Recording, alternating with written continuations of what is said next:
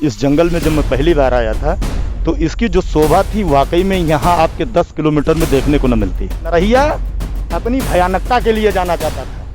लोग दारू के लिए पेड़ काट रहे हैं, लोग स्मैक के लिए पेड़ काट रहे हैं, लोग पेट भरने के लिए काट रहे हैं, और इसमें सबसे ज़्यादा श्रेय यहाँ के प्रधानों का है। दारू पीने के लिए इनको फ्री में मिल जाता है, मुर्गा मछली खाने के लिए इनको फ्री में मिल जाता है।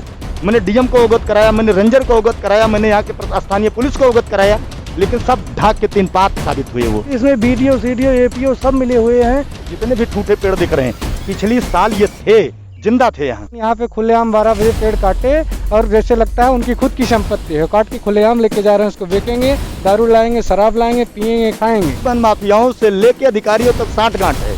हमें लगता है आने वाले वक्त में नरहिया सिर्फ नरहिया का जंगल बचेगा, पेड़ नहीं बचेंगे।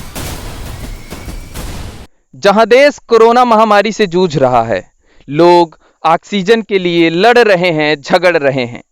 ऑक्सीजन की उपलब्धता पर सरकारें परेशान हैं। इस स्थिति में हम एक ऐसे जंगल में उपस्थित हैं जो कभी अपनी सघनता के लिए विख्यात था, पर इस जंगल की जो वर्तमान हालत है यह देखकर खुद मैं चौंक गया, और शायद आप लोग भी यह देखकर सुनकर भौचक के रह जाएंगे। इसमें कोई दो राय नहीं है। यह जंगल कभी अपनी सघनता के लिए बहुत ज़्यादा प्रसिद्ध था। अपने आसपास के करीब 10 गांवों को ये जोड़ता था। यहाँ पर लोग आने जाने से डरते थे। उनको डर लगा रहता था कि कहीं कोई जंगली जानवर हमारा शिकार न कर ले। लेकिन आज इस जंगल की दशा ऐसी हुई है कि यहाँ पर लोग रात को भी बिना टकराए हुए निकल सकते हैं। इसकी वजह क्या है, इस पड़ताल में हम आप लोगों को दिखाएंगे। आखिर क्यों इस जंगल को सूना कर दिया गया, आखिर क्यों इस जंगल को उजाड़ दिया गया, किसने उजाड़ा इस जंगल को, यह सबसे बड़ा अभी तक का सवाल बना हुआ है। जी हाँ दोस्तों, आपको ये जंगल दिखाया जा रहा है, किस तरह से इस जंगल का शोषण हुआ है।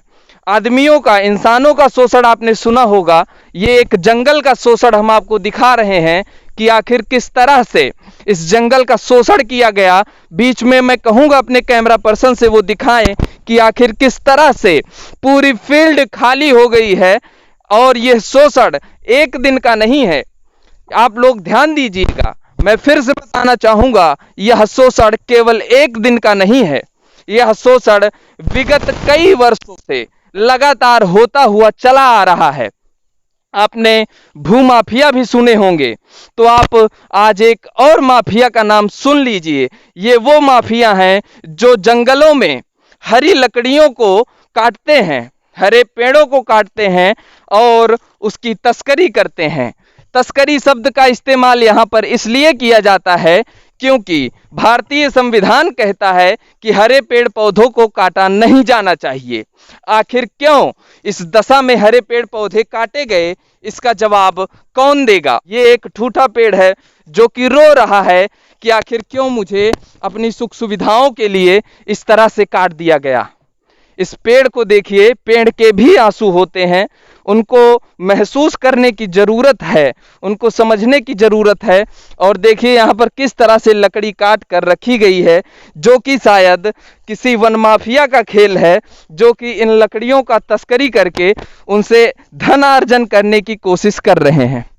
उनको शायद नहीं पता कि एक उनकी छोटी सी लापरवाही, एक उनकी छोटी सी लालच देश दुनिया के लिए कितना बड़ा खतरा बन चुकी है।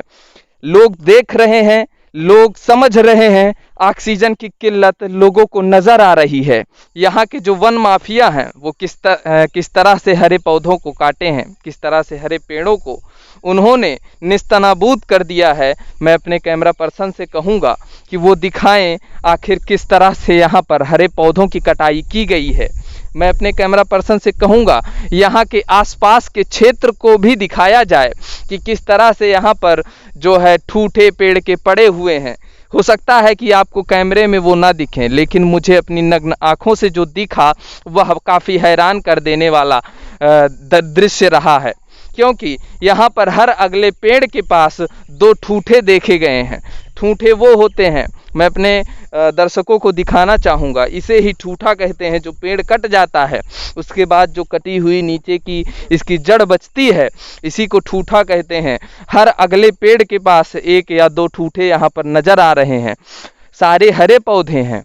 सवाल ये है कि इसको किस लिए काटा गया है, कौन है काटने वाला, आखिर क्यों अपने निजी स्वार्थ के चलते प्रकृति के साथ खिलवाड़ किया गया है। प्रकृति ने अभी एक दंड दिया है, कोरोना महामारी का वह दंड है। प्रकृति ने जो दंड दिया है वो कोरोना महामारी के रूप में यह दंड दिया है, लेकिन इसके बावजूद लोगों की समझ और आंखों पर पट्टी पड़ी हुई है। अधिकारियों के कान बंद हैं, अधिकारियों की आंखों में धूल जमी हुई है। मैं उन अधिकारियों को भी संदेश देना चाहूँगा अपने चैनल के माध्यम से कि वो अधिकारी इस वन का निरीक्षण कराएं। डीएम साहब को भी मैं कहना चाहूँगा, निवेदन करना चाहूँगा अपने इस वीडियो के माध्यम से, ध्यान से देखें इस जंगल को। यह जंगल नरहिया नाम से जाना जाता है। ग्राम सभा सेवरा के समीप यह जंगल नरहिया नाम से जाना जाता है। मैंने दोबारा रिपीट इसलिए किया, अधिकारी ध्यान दें इस पे। इस जंगल में लगातार जो पेड़ों की कटाई हो रही है, जो यहाँ पर ठूठे दिख रहे हैं, जहाँ इस प्रकार से ऑक्सीजन की कमी नज़र आ रही है, पूरे ब्रह्मांड में ऑक्सीजन के लिए त्राही मची हुई है, इस तरह से यहाँ पर जंगल की जो कटाई हुई है उस पर प्रशासन आखिर क्यों मौन है। किसके इजाज़त पर यहाँ पर पेड़ काटे गए हैं, किसने बनाई परमिट, कौन है यहाँ का सरकारी कर्मचारी, कौन है यहाँ का सरकारी अधिकारी जिसके सय में यह पेड़ यहाँ पर काटे जा रहे हैं। सवाल ये है कि दारू जरूरी है या ऑक्सीजन। स्थानीय लोगों से मैंने भी बात किया तो पता चला यहाँ के जो लोग हैं, जो वन माफिया हैं, वह जंगल कटाकर यहाँ पर दारू, गांजा, स्मैक, चरस ये सब लेने में उस पैसे का इस्तेमाल करते हैं। सवाल ये है कि दारू जरूरी है या ऑक्सीजन। लोग ऑक्सीजन के लिए मर रहे हैं, लड़ झगड़ रहे हैं। ऐसी स्थिति में इस तरह से पेड़ों को काटना, हरे पेड़ हैं, मैं दिखाना चाहूँगा अपने दर्शकों को, इसमें से दूसरे पेड़ निकल रहे हैं। इस तरह से हरे पौधों को काटना कहाँ तक जायज़ है। मैं यहाँ के स्थानीय पत्रकार श्री रामकृष्ण पांडे जी से जानना चाहूँगा कि आखिर क्यों सरकार यहाँ पर स्तब्ध है, क्यों यहाँ पर मूक दर्शक बनी हुई है सरकार। क्या सरकार को नहीं है किसी प्रकार की चिंता, क्या प्रशासन को नहीं है ऑक्सीजन की चिंता, क्या वन संरक्षण सिर्फ कागजों तक सीमित है या कोई उसका अस्थायी उपचार भी होता है। मैं जानना चाहूँगा रामकृष्ण पांडे जी से। बस इतना ये जान लीजिए कि ये मैं लगभग 10 सालों से यहाँ रह रहा हूँ और 10 सालों में इस जंगल में जब मैं पहली बार आया था तो इसकी जो शोभा थी वाकई में यहाँ आपके 10 किलोमीटर में देखने को न मिलती। जो इसकी स्थिति, जो इतना अच्छा इसका माहौल था, आप यहाँ गर्मी से तपते हुए आ जाते तो दोपहर के सघन में बैठ करके ठंडी छाँव ले सकते थे, लेकिन स्थिति ये है कि आपको अब छाँव ढूंढना पड़ेगा। यहाँ के चलते जो जिस तरीके से पेड़ काटा जा रहा है, हमें तो लगता है कि आने वाले 2 सालों के अंदर यहाँ तो आपको पेड़ दिखेंगे ही नहीं। मैंने कई बार यहाँ के वन रेंजर से लेके यहाँ के जो तमाम कर्मचारी हैं वन विभाग के, उनसे इसके बारे में अवगत भी कराया, लेकिन वो सिर्फ शाम को बात हुई, सुबह बस आए नहीं। और यहाँ देख रहे हैं जो स्थिति आप दिखा सकते हैं कि जितने भी ठूठे पेड़ दिख रहे हैं, पिछली साल ये थे, जिंदा थे यहाँ। स्थिति ये है कि आज ये पेड़ नहीं है। जिस तरीके से कोरोना काल में ऑक्सीजन के लिए लोग मर रहे हैं, इन पेड़ों से क्या ऑक्सीजन नहीं आती? इनको क्या चाहिए? क्यों काट रहे हैं इसको? प्रशासन क्यों नहीं इस पर अंकुश लगा रहा? लेकिन सबसे बड़ी विषय की यह है कि अपनी जागरूकता नहीं है लोगों में, जागरूकता की भी कमी है। लोग दारू के लिए पेड़ काट रहे हैं, लोग स्मैक के लिए पेड़ काट रहे हैं, लोग पेट भरने के लिए काट रहे हैं। सरकार इतनी सारी सुविधाएं दे रखी है, इतना सारे राशन दे रही, फिर ये इनको इसी पेड़ को काट के धनी होना है क्या? लेकिन प्रशासन, मैं ये कहूँगा कि ये प्रशासन की लचर व्यवस्था के चलते हो रहा। मैंने डीएम को अवगत कराया, मैंने रेंजर को अवगत कराया, मैंने यहाँ के स्थानीय पुलिस को अवगत कराया, लेकिन सब ढाक के 3 पात साबित हुए। वो कुछ होता नहीं यहाँ। और आप देख सकते हैं कि पूरा जंगल यहाँ आप पार नहीं कर सकते थे। एक आप साइकिल से लेके आप जा नहीं सकते थे, आपको लगता कि यहीं खड़ी कर देंगे तब पार कर पाएंगे। लेकिन आज स्थिति ये है कि आप पूरी कार लेके जा सकते हो और आप रात में निकल जाएंगे, आपको पता ही नहीं चलेगा कि हम नरहिया में घूम रहे हैं। नरहिया अपनी भयानकता के लिए जाना जाता था। लोग सोचते थे कि नरहिया जाए तो कैसे जाएं, 2 लोग 3 लोग साथ में दिन में आते थे कि कहीं कोई जंगली जानवर ना हो। लेकिन आज स्थिति है कि रात में यहाँ डकैत आके आराम से बैठे सो जाते हैं। क्या किया जाए? समस्या ये है, आप चारों तरफ घूम के देख रहे हैं, हरे पेड़ काटे गए। अभी मैंने आपको दिखाया हो, वहाँ काट के पेड़ की फड़ाई भी यहीं हुई है, यहीं उसके ईंधन के रूप में बनाने के लिए चैला भी बनाया गया। लेकिन यहाँ के जो स्थानीय, चाहे प्रधान हो, चाहे वो क्या नाम उसका, लेखपाल हो, बताया कि लेखपाल के अंदर में ये क्षेत्र है, लेखपाल कभी झांकने नहीं आता। और अगर लेखपाल, कानून गो, या फिर जो आपका रेंजर है, या वन विभाग का कोई कर्मचारी है, कोई इस ग्राउंड में अगर नहीं आएगा तो आने वाले समय में इसका अस्तित्व नहीं रहेगा। और ये बहुत बड़ी चिंता का विषय है। अगर ये नहीं चेता गया तो आने वाली जो पीढ़ियां हैं उसको भुगतेंगी, और इसका सारा जिम्मेदार वो प्रशासन होगा। नहीं, पीढ़ियां तो जो आने वाली हैं वो तो भुगतना उनका तय है, लेकिन जो वर्तमान स्थिति है, देश कोरोना महामारी से जूझ रहा है। आपने भी देखा, हमने भी देखा, पूरे देश ने देखा कि किस तरह से ऑक्सीजन की किल्लत है। न्यूज़ चैनल्स लगातार दिखा रहे हैं, त्राही त्राही मची हुई है पूरे विश्व में। इसके बावजूद इस तरह से पेड़ों को काटना कहाँ तक जायज़ है? हम जानना चाहेंगे आपसे पांडे जी कि कहीं आपको ये नहीं लगता कि वन माफियाओं को कोई सरकारी कर्मचारी या अधिकारी से मिल रहे हैं? हमें तो लगता है कि इनकी साठ गांठ है, क्योंकि अगर दिन के उजाले में ये इस तरीके से पेड़ों को काट रहे हैं तो हम क्या माने? स्थानीय आदमी क्या मानेगा? यही तो मानेगा ना कि वन माफियाओं से लेके अधिकारियों तक 60 गांठ है। यहाँ हरे पेड़ दिन दहाड़े, चाहे आम के हो, चाहे बबूल के हो, महुआ के हो, अर्जुन के हो, दिन दहाड़े उड़ा दिए जाते हैं। और जब मेरे कैमरों में आते हैं तब पता लगता है कि अब आप सक्रिय हुए, अब इन पर जुर्माना लगेगा, अब इन पर मुकदमा लिखा जाएगा। नहीं तो कोई मामला नहीं। अब जिस तरीके से देख रहे हैं पेड़ कटे हैं, मैंने कई बार फोन करके बताया भी, यहाँ के स्थानीय जो वन माफिया हैं बहुत दूर के नहीं हैं, इस गांव के हो सकते हैं, उस गांव के हो सकते हैं, उस गांव के, इन चारों पांचों गांव के लोग हैं इस पूरे वन को खाली करने का। और इसमें सबसे ज्यादा श्रेय यहाँ के प्रधानों का है, क्योंकि ये प्रधानों के रंज में है। और प्रधान इस पर कार्रवाई क्यों नहीं करता? प्रधान तो अब अपना वोट बैंक बना रखे हैं, हम बोलेंगे तो 4 वोट हमारे कट जाएंगे, हम बोलेंगे तो हमारे 4 वोट कट जाएंगे। जितने प्रधान हुए इन 3-4 मरतबा 10 सालों में, मान के चलिए 15 सालों में 3 प्रधान हुए, तीनों प्रधानों की कार्रवाई कहाँ गई? ये तो सोचने का विषय है, और इस पर सोचना भी चाहिए। तो यही स्थिति है कि प्रशासन इसकी लचर की व्यवस्था के चलते हमें लगता है आने वाले वक्त में नरहिया, सिर्फ नरहिया का जंगल बचेगा, पेड़ नहीं बचेंगे। यहाँ के स्थानीय लोगों से भी हम जानना चाहेंगे कि आखिर किस तरह से यहाँ पर पौधों की कटान की गई, यहाँ पर किस तरह से पौधों का शोषण किया गया। लोगों का, इंसानों का शोषण आपने सुना है, पौधों का शोषण यहाँ पे हुआ है, क्योंकि वाकई बहुत परेशान कर देने वाली बात है। यहाँ पर एक तरफ से अगर देखा जाए, हर एक पेड़ के पास एक ठूठा पेड़ आपको दिखेगा जो कि हरी कटान में है, जो कि ताज़ी कटान में है अभी। इनसे हम जानना चाहेंगे कि इस जंगल का इतिहास क्या था। जैसे हम लोग पहले बचपन में यहाँ आते थे तो हम लोग यहीं क्रिकेट खेलते थे, तो इस जंगल में घुसने से हम लोग को इतनी डर लगती थी कि हम लोग क्या बताएं। उस 8-10 साल बाद हम आए हैं इस जंगल के पास, तो हमें पहचान में नहीं आ रहा कि हमारा जंगल वही है। इस तरह से यहाँ की स्थिति बदली कि वो जंगल पहचान में नहीं आ रहा है जिस जंगल में आप खेला, जिस जंगल के बाहर आप खेला करते थे। हाँ, यहाँ क्रिकेट खेलते थे हम सारे लोग मिलके। आज उस जंगल में हम घुसे हैं, हमको खुद नहीं पहचान मिल रहा है। और जब यहाँ पे लकड़ी कटाई करते हैं ये लोग, तो यहाँ पे लेके जाते हैं, खुलेआम बेचते हैं। हम लोग भी कभी 1-2 बार मना किए हैं, कहीं भी सूचित किया है, पत्रकार साहब हमारे बार फ़ोन करके बताए भी हैं, लेकिन कोई सुनवाई नहीं होती है। इस पे प्रशासन मौन है। बिल्कुल मौन। आप लोगों की तरफ से कई बार जो है एप्लीकेशन भी दिया गया, इसके बावजूद प्रशासन की तरफ से कोई कार्रवाई नहीं की गई है। शायद प्रशासन को लगता है कि ऑक्सीजन बनाया जा सकता है, उनको लगता है कि ऑक्सीजन हम बनाकर दुनिया को सांस दे सकते हैं, लेकिन यह प्रशासन की भूल है। ये प्रशासन की भूल है, जो कानून के रखवाले हैं उनकी भूल है, क्योंकि वो खुद भी त्रस्त हैं इस महामारी से। साफ साफ दिख रहा है, प्रकृति का प्रलय है, ये महामारी नहीं है, ये प्रकृति का प्रलय है जो कि साफ साफ दिख रहा है। इसके बावजूद यहाँ पर पेड़ों की कटान की जा रही है।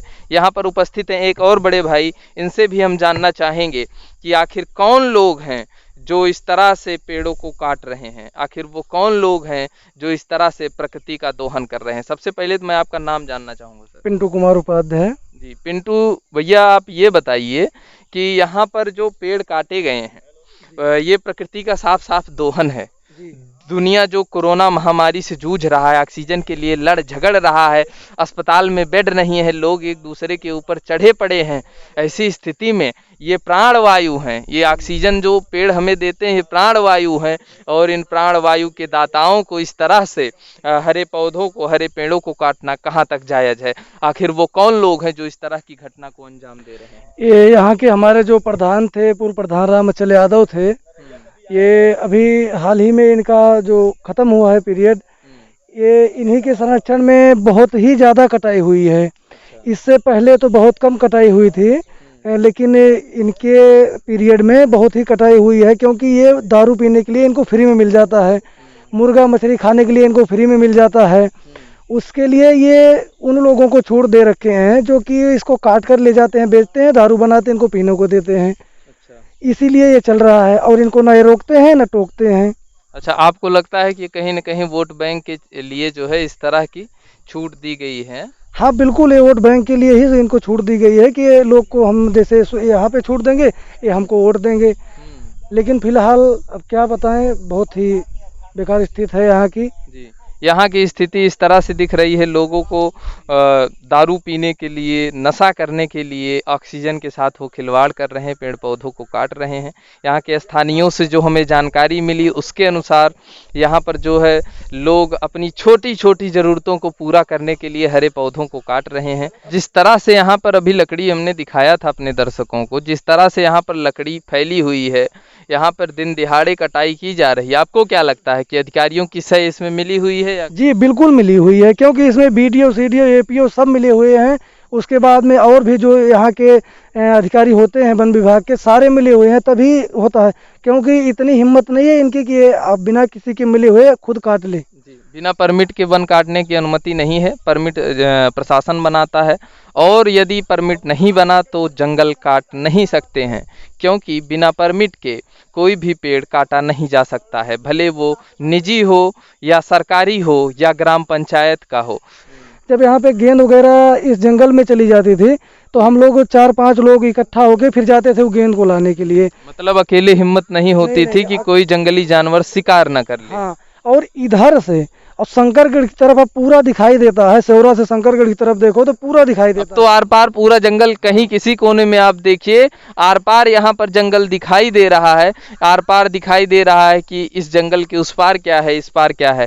स्थिति ऐसी थी कि कुछ भी दिखाई नहीं देता था, केवल जंगल, आने जाने में डर लगता था। आप भी कुछ कह रहे थे भाई, आप बताइए क्या कह रहे थे? जैसे मैं ये कह रहा था कि यहाँ का बिजनेस व्यापार हो गया है ये वन विभाग। हाँ, यहाँ का बिजनेस ये है कि खुलेआम काटते हैं, खुलेआम साइकिल पे रख के और लेके जा रहे हैं बिजनेस करने के लिए। यहाँ जो भी व्यक्ति हैं, प्रधान के अलावा भी जो भी यहाँ के माफिया लोग हैं, जिससे हम लोग कोई शिकायत करेंगे तो हम लोग के भी ऊपर उंगली उठाते हैं, ऐसा नहीं है। लेकिन यहाँ पे खुलेआम 12 बजे पेड़ काटे और जैसे लगता है उनकी खुद की संपत्ति है, काट के खुलेआम लेके जा रहे हैं, उसको बेचेंगे, दारू लाएंगे, शराब लाएंगे, पियेंगे, खाएंगे। और कोई हम लोग अगर कोई शिकायत कर रहे हैं तो उसको शासन प्रशासन से यहाँ के जो लोकल लोग हैं वो मदद मांग के वहाँ अपना सुरक्षा कर लेते हैं। वहाँ पर वो अपना जो है संरक्षण कर लेते हैं, कहीं ना कहीं 2-4 पैसे उनको भी दे के किसी तरह से मामले को रफा दफा करते हैं। यहाँ पे एक छोटे भाई हैं हमारे, इनसे हम जानना चाहेंगे इस जंगल के बारे में। घर वालों ने कुछ बताया, कुछ कहा कभी भैया उस जंगल की तरफ मत जाना? यस सर, कहा था कि उस जंगल की तरफ मत जाना, नहीं तो कोई जानवर शिकार कर लेगा। जी। अब तो डर नहीं लग रहा है यहाँ? नहीं, डर नहीं लग रहा है। क्यों नहीं डर लगता अब यहाँ? क्योंकि ये जंगल सब खाली हो गया है पूरा, यहाँ से कोई दिक्कत नहीं होती, अब शेर और नहीं दिखते हैं। मतलब यहाँ पे ये नहीं है कब शेर आ जाएगा, बाघ आ जाएगा, ये समस्याएं सब खत्म कर दिए यहाँ के लोग। यहाँ के लोग बच्चों के लिए सिर्फ अच्छा किए हैं कि शेर और बाघ अब नहीं आएंगे यहाँ पे, जबकि यहाँ का जो ऑक्सीजन लेवल है वो घटा दिए। मैं अपने सभी दर्शकों से भी यह निवेदन करना चाहूँगा, आपके आसपास जो भी पेड़ पौधे हों उनका संरक्षण कीजिए, ये आपकी नैतिक जिम्मेदारी है। यहाँ के लोग तो बोलने से कतरा गए, लेकिन अगर आप बोलने से आज अगर चुप रह गए, आप कतरा गए, तो आने वाला समय और ज़्यादा विकराल होगा। हालांकि यह समय भी कुछ कम नहीं, जब दुनिया त्रासदी में जूझ रहा है, दुनिया त्राही त्राही कर रहा है, ऐसी स्थिति में भी यह कुछ कम नहीं है। लेकिन अगर इसके बावजूद भी अगर नज़रअंदाज किया गया, पेड़ पौधों को नज़रअंदाज करके इस तरह से काटा गया, तो आने वाला समय बहुत भयावह होगा, बहुत विकट होगा।